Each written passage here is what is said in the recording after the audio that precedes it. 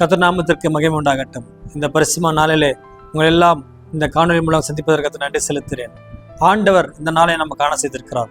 அவருடைய வசனத்தை நாம் கேட்டுக்கொண்டிருக்கிறோம், தியானித்துக் கொண்டிருக்கிறோம், படித்துக் கொண்டிருக்கிறோம். நம்ம எல்லாம் பாக்கியசாலிகளாக இருக்கிறோம். இன்றைக்கு கூட நம்ம ஒரு வசனத்தை பார்க்கலாம். எசேக்கியேல் தீர்க்கதரிசன புஸ்தகத்தில் 18வது அதிகாரம் 32வது வசனத்தில் பார்க்கிறோம். மனம் திரும்புங்கள், அப்பொழுது பிழைப்பீர்கள். சாகிறவனுடைய சாவை நான் விரும்புவதில்லை என்று கர்த்தராகிய ஆண்டவர் சொல்லுகிறார் என்று பார்க்கிறோம். எசேக்கியேல் தீர்க்கதரிசன புஸ்தகத்தில் பார்க்கிறோம். ஆண்டவர் சொல்லுகிறார், மனம் திரும்புங்கள், அப்போது பிழைப்பீர்கள். சாகிறவனுடைய சாவை நான் விரும்புவதில்லை என்று ஆண்டவர் சொல்வதை பார்க்கிறோம். ஆண்டவர் இயேசு கிறிஸ்து இந்த உலகத்தில் வந்து முதலாவது அவர் ஊழியம் செய்யும் பொழுது மனம் திரும்புங்கள், பரலோக சமயமாக இருக்கிறது என்று அவர் பிரசங்கிக்க தொடங்கினார் என்று பார்க்கிறோம். அவர் முதலாவது சொன்னது மனம் திரும்புங்கள். உங்கள் மனதை உங்களோட பாவ பழக்கத்திலிருந்து, உங்களுடைய அடிமைத்தனத்திலிருந்து, உங்களுடைய தவற எண்ணங்கள் சிந்தனைகளிலிருந்து, உங்களுடைய கண்கள் இச்சைகளிலிருந்து, நீங்கள் செய்து கொண்டிருக்கிற விக்கிர ஆராதனையிலிருந்து, சிலை வழிபாடுகளிலிருந்து, உங்களுடைய எண்ணங்கள் தவற எண்ணங்களிலிருந்து நீங்கள் மனம் திரும்புங்கள். மனம் திரும்பி நீங்கள்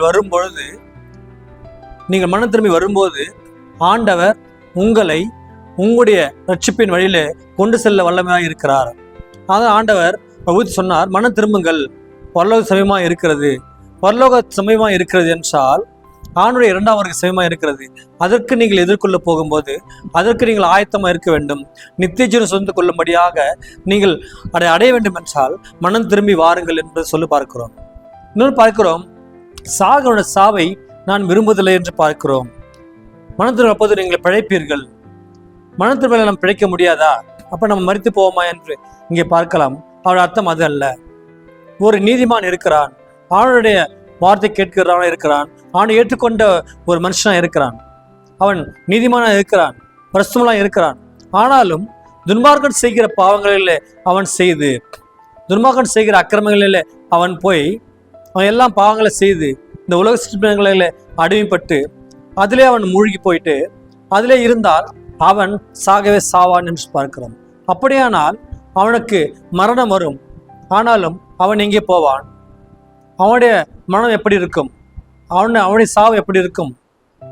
ஆண்டவர் சாவுடைய சாவை விரும்புவதில்லை என்றால் இப்படி நீதிமானா இருக்கிற ஒருவருடைய சாவை அவன் விரும்புவதில்லை. அதே போல துன்மார்க்கனா இருக்கிறான் ஒரு மனுஷன். அவன் பாவம் செய்து, அநியாயம் செய்து, அக்கிரமம் செய்து, எல்லாருக்கும் கெடுதல் செய்து, எல்லாருக்கும் துரோகம் செய்து, ஆண்டு விரோதமாக பாவம் செய்து, ஆண்டு விரோதமாக எதிர்த்து நின்று, ஊழிக்கு விரோதமாக எதிர்த்து நின்று, மற்ற ஆண்டவருக்கு விரோதமாக அவன் வணங்கி கொண்டு, மற்ற தெய்வங்களை வணங்கி கொண்டு இருக்கிற அப்படிப்பட்ட துன்மார்க்கனா இருக்கிறான். வசந்தி கேட்பதில்லை, வசந்தி நடப்பவன் இல்லை. அவன் ஒரு சமயம் மனம் திரும்பி அவனுடைய வார்த்தைகளை கேட்டு அவன் கீழ்ப்படிந்து அவனுடைய கட்டளைகளை கற்பனைகளை கை கொண்டு அதுபடி நடப்பனா இருக்கும்போது அவன் மரித்தால் அவன் சாவை ஆண்டவர் விரும்புகிறார் என்று பார்க்கிறோம். இப்படிப்பட்ட மனுஷன் அவன் துன்மார்க்கனே இருக்கிறான், அவன் பாவம் செய்து கொண்டே இருக்கிறான், அவன் மனம் திரும்பவில்லை என்றால் அவனுடைய சாவை ஆண்டவர் விரும்ப மாட்டார். ஏனெனில் அவன் மரித்தால் எங்கே போவான்? எல்லா பாவம் செய்து ரட்சிக்கப்படாதபடி, மனம் திரும்பாதபடி இருக்கிற அந்த மனுஷன் எங்கே போவான்? இன்றைக்கு அநேக ஜனங்கள் நினைத்துக் கொண்டிருக்கிறார்கள், நம்ம இந்த உலகத்திலே வாழ்ந்து கொண்டிருக்கிறோம், இந்த உலகத்திலே நம்ம இருக்கிற வாழ்க்கை அவ்வளவுதான், 30 வருஷமோ 40 வருஷமோ 50 வருஷமோ 60 வருஷமோ 70 வருஷமோ 80 வருஷமோ அவ்வளவுதான் வாழ்க்கை என்று. ஆனால் நமக்கு இதற்கு பின்பு இருக்கிற ஒரு வாழ்க்கை, இதற்கு பின்பு இருக்கிற அந்த பரலோகத்தினுடைய வாழ்க்கையை குறித்து அநேகருக்கு தெரிவதில்லை. அந்த நித்தியமாய் யுகமாய் நாம் வாழ்ந்து கொண்டிருக்கிற வாழப்போகிற அந்த வாழ்க்கை குறித்து இங்கு அநேகருக்கு ஜனங்கள் தெரிவதில்லை. அதான் ஆண்டவர் சொல்றாரு, நீங்கள் மனம் திரும்பி வாருங்கள், அப்போது பிழைப்பீர்கள். இதெல்லாம் சுதந்திர கொள்ள வேண்டும் என்றால் மனம் திரும்பி வரும்பொழுது நீங்கள் பிழைப்பீர்கள். உங்களுடைய சாவு, உங்களுடைய இறப்பு, உங்களுடைய இழப்பு அது பரலோகத்துக்கு உகந்ததா இருக்கும், பரலோக ராஜ்யத்துக்கு உகந்ததா இருக்கும். அதான் ஆண்டவர் சொன்னாரு, மனம் திரும்பி வாருங்கள். மனம் திரும்பி வரும்போது அப்போது நீங்கள் பிழைப்பீர்கள். உங்களுடைய சாவை ஆண்டு விரும்புவதில்லை என்றால் நீ இப்படி பாவம் செய்து மரித்து போனால் அந்த ஆத்மா ஒரு வெளியேற பெற்ற ஒரு ஆத்மா. ஆண்டு நமக்கு கொடுத்துக்கிற இந்த ஜீவன், இந்த ஆத்மா ஒரு வெளியேற பெற்றதா இருக்கிறது. இந்த வெளியேற பெற்ற ஆத்மாவை நம்ம அழைத்துக் கொள்ளக்கூடாது. ஆத்மா அழித்துக் கொள்ளக்கூடாது, நம்ம சரீரத்தை அழித்துக் கொள்ளக்கூடாது. இன்னைக்கு அநேக ஜனங்கள் தங்கள் சரீரத்தை அழித்துக் கொண்டிருக்கிறார்கள். கெட்ட பழக்கத்தினாலே, கெட்ட சவகாசத்தினாலே, மது பழக்கத்தினாலே, போதை பழக்கத்தினாலே, புகைப்பழக்கத்தினாலே தங்களை அவர்கள் தம் சரீரத்தை கெடுத்துக் கொண்டிருக்கிறார்கள். நாம் நம்முடைய ஆத்மை மாத்திரமல்ல, நம்ம சரீரத்தையும் பரிசுத்தமுள்ளதாக நம்ம வைத்துக் கொள்ள வேண்டும்.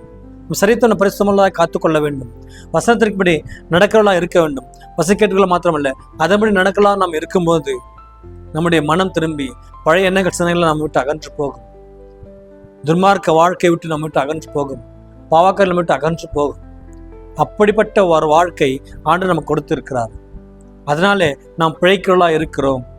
நித்திய ஜீவனை சொந்து கொள்ளும்படி, நித்திய வாழ்வை அடையும்படி, நித்திய தேவனை தெரிந்து கொள்ளும்படி, யுகமுகமாய் அவரிடத்திலே நம்ம வாசமாக இருக்கும்படி ஆண்டு நமக்கு கொடுத்துக்கிற அந்த வாய்ப்பை நம்ம இழந்து போகக்கூடாது. துன்மார்க்கன் மாத்திரமல்ல, நீதிமான் மாத்திரமல்ல, அவனோட செய்கைகளுக்கு தக்கதான பலனை நீ சரியாக கொடுக்கிற கர்த்தர். இது நான் சீக்கிரமாக வருகிறேன், அவனுடைய கிரிக்கு தக்கதான பலன் என்னோட கூட வருகிறது என்று பார்க்கிறோம். ஆண்டவர் சரியாக நியாயமாக நீதி செய்கிறவராக இருக்கிறார். ஒவ்வொருவருக்கும் சரியாக நியாயம் விசாரிக்கிறவராக இருக்கிறார். வலது இடதுபுறத்திலும் ஜனங்கள் இருப்பார்கள். செம்மறி ஆடு ஒரு பக்கம், வெள்ளாடு ஒரு பக்கமா இருக்கும். அப்படி நம்மை வேறு பிரிக்கிற ஒரு ஆண்டவர் இருப்பார். அடுத்துல நீங்கள் எங்கே எந்த பக்கமா இருப்பீர்கள்? வலது இருப்பீர்களா, இடது இருப்பீர்களா என்று யோசனை பண்ணி பாருங்கள். ஆண்டவரே, நான் மனம் திரும்பி வரலா இருக்கிறேன், நான் அப்போது பிழைக்கத்தக்கதான அந்த பலனை கொடுங்க ஆண்டவரே என்று ஆண்டவர் கேளுங்க. அப்போதுதான் நம்ம பிழைக்கலா இருப்போம்.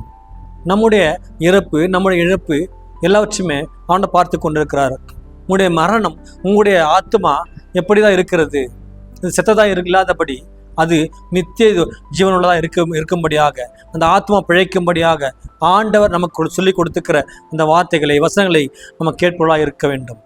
அப்போதுதான் நித்திய ஜீவனை சொந்த கொள்ளும்படியாகவும், நித்தியமாக ஆணத்தில் வாசம் பண்ணும்படியாகவும் ஆண்டு நமக்கு உதவி செய்வார். நீங்கள் இப்படி இன்றைக்கும் கூட அப்படிப்பட்ட ஒரு தீர்மானம் எடுத்துக்கொள்ளுங்க. நம்ம மனம் திரும்பி அவரிடத்தில் வரும்போது ஆண்டவர் நமக்கு கிரியை செய்வார். ஆண்டவர் அவரிடத்தில் சேர்த்துக்கொள்வார் என்று ஒரு விசுவாசங்களாக இருங்க. பழைய எண்ணங்கள் சிந்தனைகளை அவங்க விட்டு அகன்று போகட்டும். அதனால் அப்படி இருக்கும் பொழுது ஆண்டவர் உங்களை பிழைப்புட்டுகளை வல்லமலாக இருக்கிறார். கர்த்தர் தாமே இந்த வசனத்தை ஆசீர்வதிப்பாராக. ஆமென்.